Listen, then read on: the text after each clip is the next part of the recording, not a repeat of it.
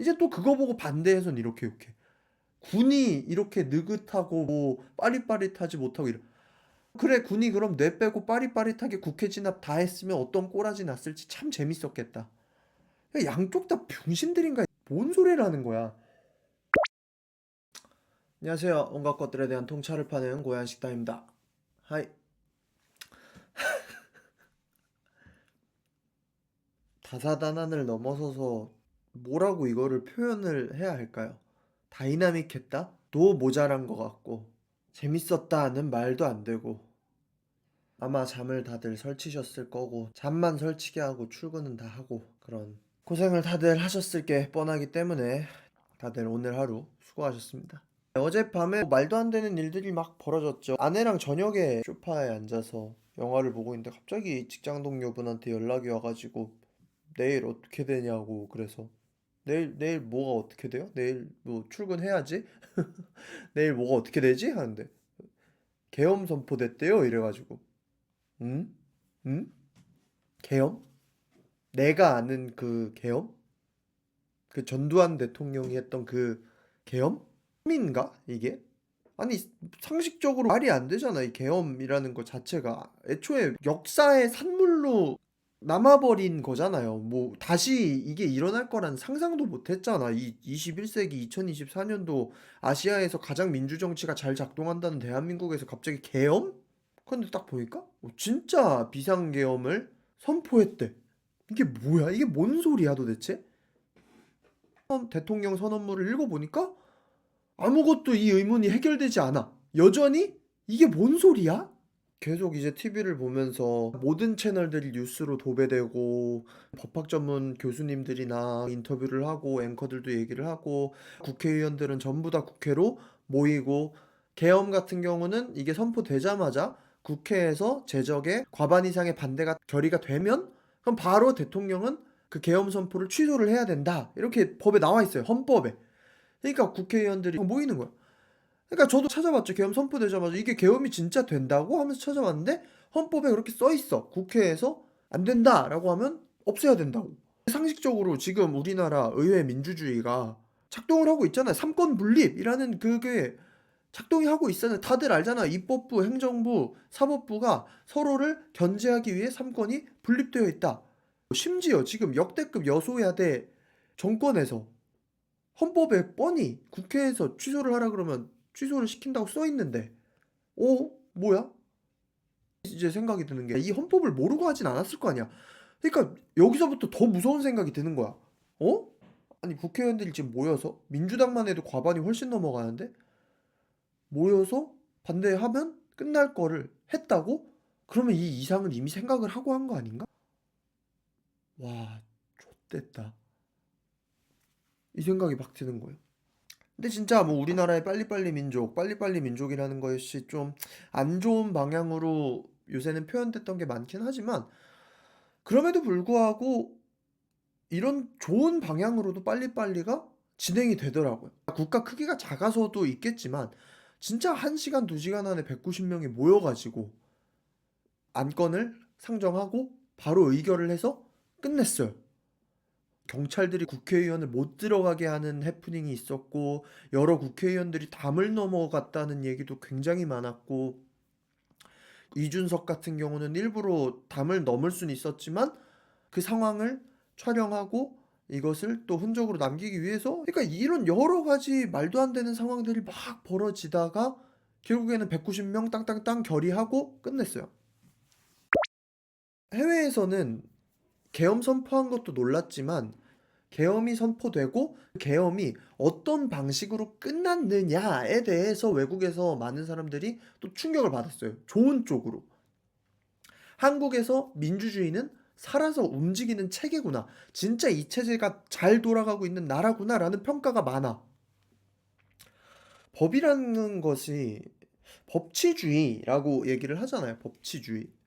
법으로 통치를 한다. 사람의 지배 대신 법의 지배를 통해서 통치가 행하여진다. 우리는 이게 너무 당연하게 느껴지고 있잖아요. 태어나면서부터 법치주의였으니까 뭐 100살 이상 사신 분들이 아니면 일제강점기도 법이 있기도 했어. 심지어 그때도 당연할 때는 감사를 못 느끼는데 법하면 그냥 불편하다라는 생각도 많이 하잖아요. 법이 우리를 지켜주고 있기도 하지만 법이 우리를 굉장히 옥죄고 있는 듯한 느낌도 많이 들잖아요. 여러 뭐 사업을 할 때 법이 방해가 될 때도 있고, 법이 너무 융통성 없을 때 어떤 사람들은 막 법 때문에 엄청 괴로워하기도 하고, 법 때문에 누군가가 구제가 안 되기도 하고, 또 법 때문에 사기꾼은 더 큰 형량을 받아야 될 것 같은데 그 형량을 받지 않기도 하고. 그런 법이라는 것이 우리를 당연히 보호하고 있지만 보호보다는 법에 대한 불만이 많았단 말이야. 법은 완전하지 못해.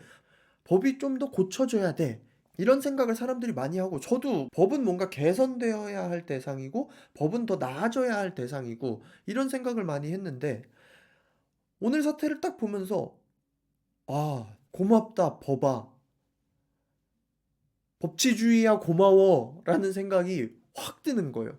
계엄 선포 자체는 절차에 따라서도 이제 문제도 있고, 아마 뭐, 네, 난리가 날 겁니다. 이런 자세한 부분은 제가 멤버십 영상에서 처음으로 리미터 푼 모습을 한번 보여드릴게요. 멤버십 영상에서. 예. 아무튼, 계엄이라는 것이 발생했을 때, 진짜 대가리가 정치에 절여져서 잘 됐다, 계엄해야 된다, 대통령 잘했다라고 말하는 미친 사람들을 제외하고는 모두가 뜨악했잖아요. 자유민주주의를 지키기 위해서 계엄을 선포한다라고 했는데, 계엄이라는 거는 경찰의 행정력으로도 치안을 유지하지 못할 때 군이 치안 유지뿐만 아니라 언론의 자유, 시위의 자유, 출판의 자유, 모든 걸 다 통제하고 사법권까지도 군이 가져가. 그러니까 모든 걸 군이 가져간다는 건데, 이게 설득되기엔 다들 너무 안정적인 삶을 살고 있었잖아요. 그러니까 우리가 살고 있던 삶이 안정된 삶이라는 생각을 너무 당연하니까 하지를 못하고 있었던 거야. 누군가, 이 대통령이 계엄을 선포하면서 지금이 뭐 엄청난 국가적 위기다라고 얘기를 하니까 다들 나라 위기다, 위험하다라고 얘기는 하지만 체제 위에서의 위기였던 거지, 이게 지금 체제가 전복되고 있는 위기냐?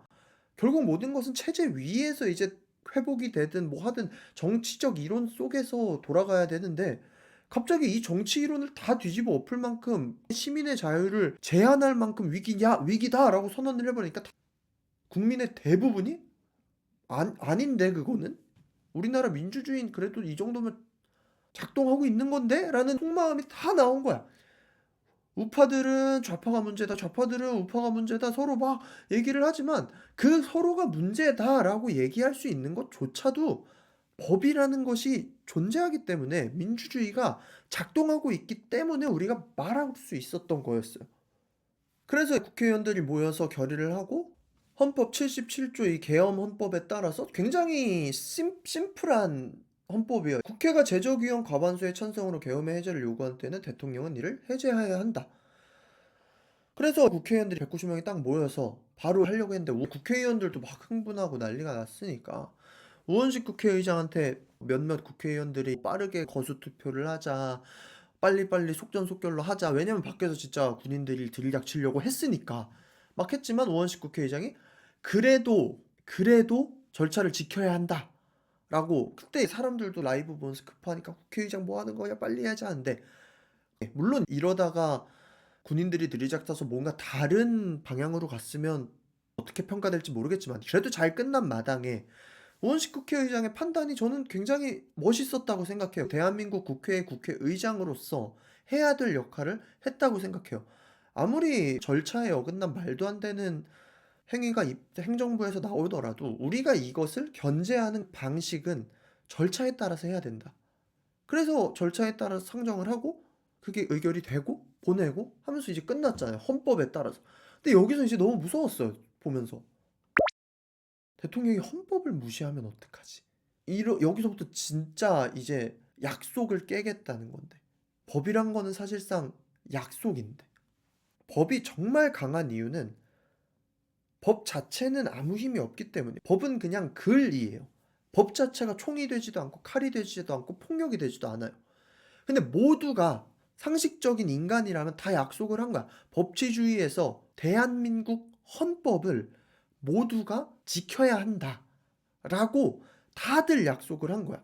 결국에 모든 치안이 개판나고 난리가 난 나라들, 후진국이나 이런 데를 보면 그 법을 지켜야 한다는 약속 자체가 시민의식 속에서 깨지기 시작하면서 모든 게 무너지기 시작하는 건데, 결국에는 국가가 부패하고 모든 것이 망가졌을 때 국민들도 보면서 '아니 국가 지도자층도 법 안 지키네. 그럼 우리도 안 지켜.' 이러면서 이제 나라가 무너지기 시작을 하는 건데, 설마 대통령님께서 '헌법을 안 지키시면 어떡하지?' 라는 두려움이 들었지만 다행히 거기까진 가지 않고 이렇게 마무리가 됐다. 법이 법으로서 역할을 할 수 있게 하는 건 시민의식이에요. 시민의식. 이 나라의 사람들의 준법 정신, 법을 지켜야 된다라는 그 약속이 되어 있는가. 근데 우리나라는 다른 나라에 비교해 봐도 준법 정신이 엄청나게 강한 나라죠. 거기에 갔던 그 군인들을 욕하는 분들이 있더라고요. 또 다른 갈라치기를 하시는 정말 나쁜 분들이라고 생각을 하는데, 위법한 명령에 대해서 왜 항명을 못 했느냐라는 걸로 얘기를 하죠.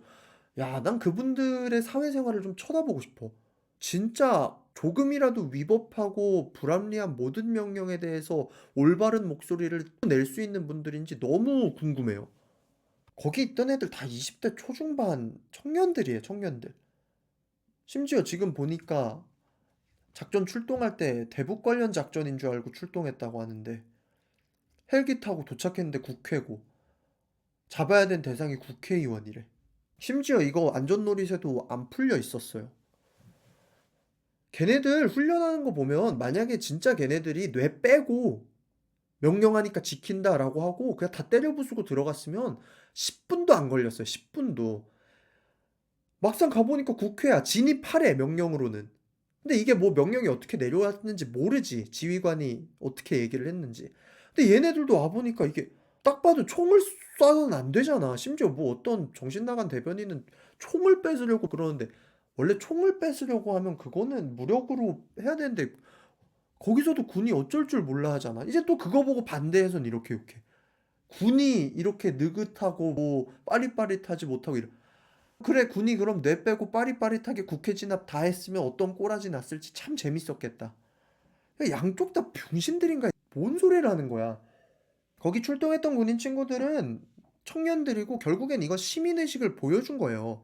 그들도 여태까지 정규 교육 과정을 밟아왔고 평소에 생각이라는 걸 하고 법치주의가 작동하고 있는 나라에서 이게 말이 되나라는 생각을 다들 했기 때문에 다 어영부영한 거야. 그쪽이 시민들이 흥분했다고 해서 군마저도 흥분해서 뭔가 유혈 사태나 충돌 사태가 일어났다면 이거는 정말 걷잡을 수 없이 갔을 거예요. 근데 이걸 가지고 거기 출동한 명령받은 군인들을 욕한다? 와, 모르겠네요. 제 상식으로 도저히 이해가 안 가요. 계엄군들 이제 떠나면서 이제 죄송합니다 인사하면서 가는 걸 보면서 얼마나 혼란스러웠을까? 얼마나 혼란스러웠을까? 5.18 때 발포하라고 해서 발포하던 군에서 이제는 시민의식이 여기까지 올라온 거야. 아닌 거는 다들 아니라고 생각을 하는 거야. 하사 중사들 월급 뭐 얼마나 된다 아시잖아요. 부사관들 월급 너무 적어서 지금 날린 거. 근데 그들이 받는 훈련의 강도랑 특전사들은 나라가 유일하게 허락한 무력이라는 그 자존감 하나로 버텼는데, 나라의 칼이 입법부를 향해서 겨녀진다는 거를 느꼈을 때 우리가 이 칼이 되어서 그냥 달려가면 안 된다는 생각을 모두 하고 있었던 거야. 결국에는 시민의식이 거기 있던 시민분들이나 군인들이나 전체적으로 2024년에 상승된 시민의식을 지니고 있었기 때문에 큰 사고가 일어나지 않고 넘어갈 수가 있었던 거죠. 이걸 보면서 또 동덕여대 사태가 생각이 나는 거야. 동덕여대를 얘기하면서 인터넷 커뮤니티에서 그런 얘기를 해요. 노조나 이런 데서 시위를 할 때 그 사람들 시위는 WWE야. 프로레슬링이야. 그러니까 싸우고 엄청 요란한 듯 하지만 그 안에 룰이 있어. 죽을 수도 있으니까 목뼈 공격은 안 돼. 때리는 척만 하는 거야. 아파 보이게. 공장에서 시위를 한다고 해서 그 공장 설비를 때리고 부수지 않아. 버스 기사가 파업을 한다고 해서 자기들 버스에 불을 붙이고 태워버리지 않아. 근데 동덕여대 친구들은 시위를 할 때 자기네 학교에 라카치를 하고 부수고 없애버렸어. 그러니까 모든 것이 WWE로 돌아가야 되는데 얘네들은 UFC를 넘어서서 길거리 싸움을 해버렸어. 근데 이런 노조의 시위나 파업까지도 WWE처럼 진행되는 이유가 뭐냐? 왜냐면 우리는 법을 지키기 때문이에요. 법이 작동할 거라는 것을 믿기 때문이야. 시위 때 어떠한 특정한 선을 넘었을 때 이게 법에 저촉되면 법에 따라서 처벌을 받을 수 있다는 걸 다 알기 때문이에요. 그걸 사측도 알고 노측도 아니까 그니까 WWE를 하는 거야. 법 안에서. 그리고 그 모든 것들이 최소한의 안전을 보장해 주는 거죠. 그 법을 노조 측에서도 안 지키기 시작하고 사측에서도 안 지키고 우리나라의 전체적인 법이 무너졌다. 파업이 뭐예요? 그러면 사측에서 깡패들 불러다가 노조 다 때려잡고 그냥 노예처럼 일시키지, 법이 없으면. 다 같이 법 안 지키자 하면 힘 있고 돈 있는 사람들이 최고가 되는 거야. 그럼 그게 최고일까? 아니? 그러면 칼 들고 암살해서 돈 뺏을 수 있는 사람이 최고가 되는 거야. 결국 법이 우리를 지키고 있는 거야. 물론 이 법에 틈새가 있고 법에 허점이 있지만 법을 통해서 우리가 최소한의 안정적인 땅 위에서 딛고 살아갈 수 있는 거야. 법치주의야 고마워를 다시 한번 외칠 수밖에 없는 그런 상황인 거예요.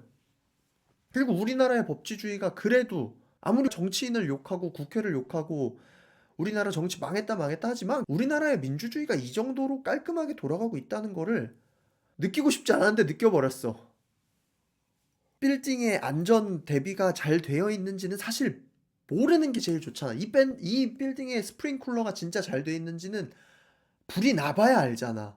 근데 불이 나서 스프링쿨러가 켜져서 잘 꺼졌으면 잘 돼 있어서 다행이다라고 얘기는 하지만 모르는 게 제일 낫잖아. 모르는 게 좋잖아. 불이 날 이유가 없었던 게 맞잖아. 근데 우리는 스프링쿨러가 우리나라에서 그래도 이 헌법이라는 최소한의 안전망과 스프링쿨러가 작동하고 있다는 거를 알고 싶지 않았는데도 알아버렸어. 법치주의야 고마워를 외칠 수밖에 없게 돼버렸어. 혼돈임과 동시에 안도가 되기도 하는 거죠.